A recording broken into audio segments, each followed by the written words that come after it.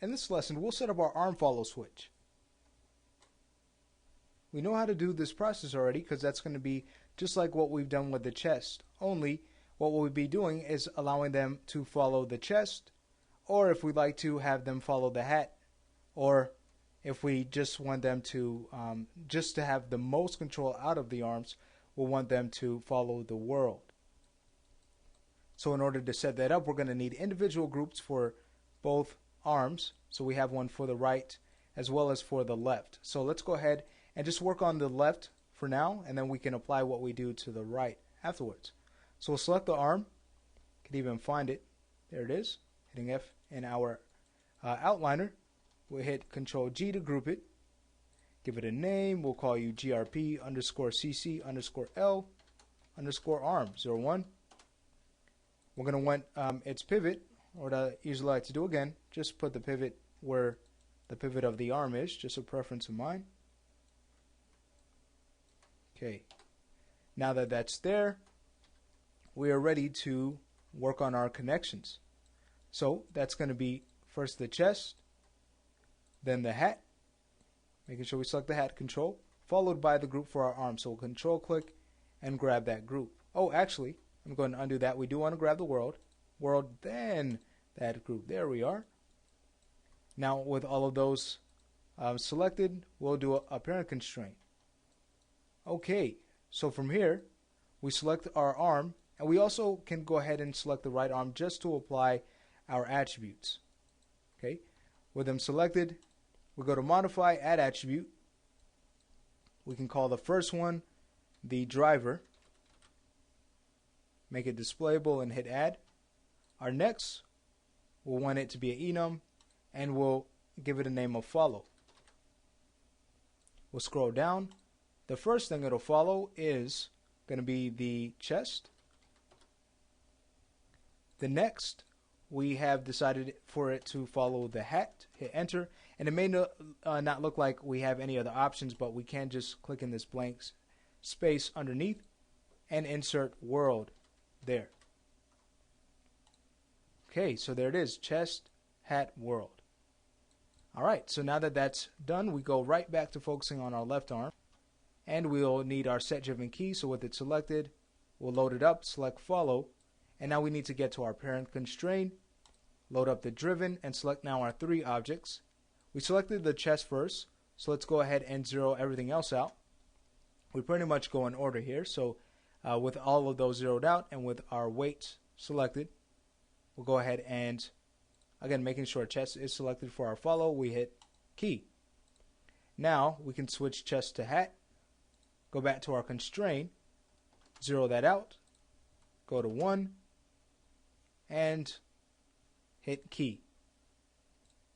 Now for the world. We'll go to world, go to our parent constraint, zero out the hat, put a full weighting of 1 for the world, and hit key.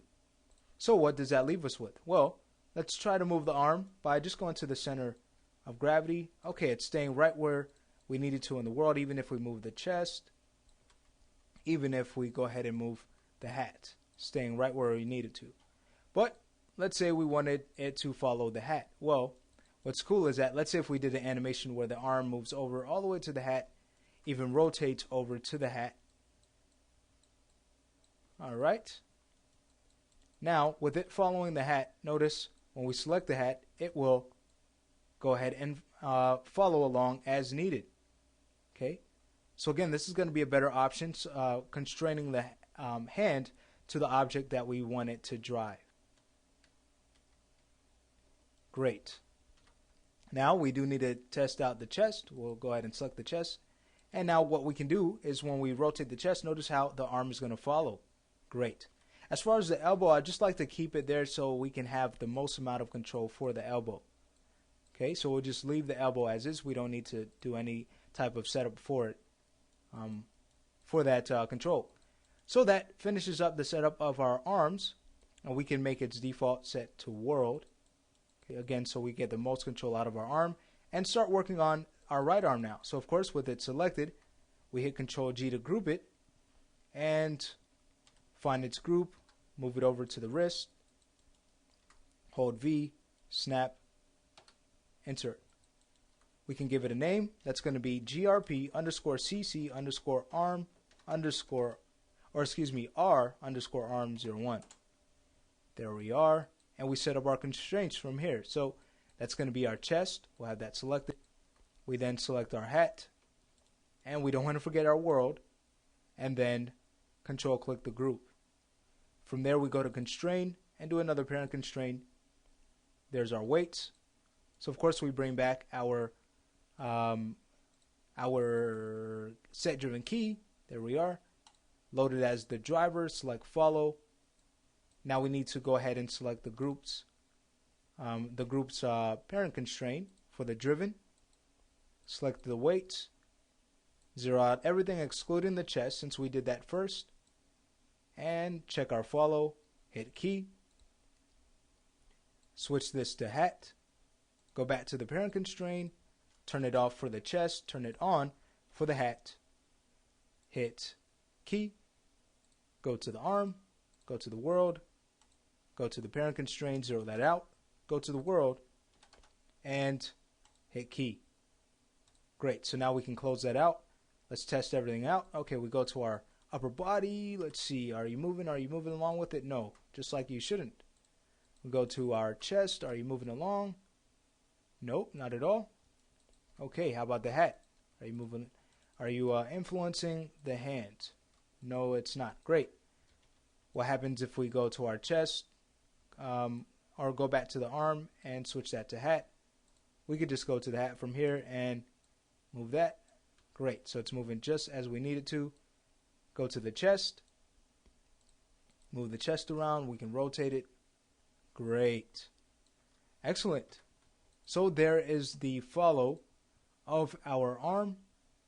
And with all of these things done, that completes this lesson. So we've got a follow switch. What's next is to set up the visibility of the fingers and also work on their connection so we can get as much control as we need out of them. So what we'll do is, again, move on to the next lesson where we'll work on the fingers, which will pretty much wrap up our arms.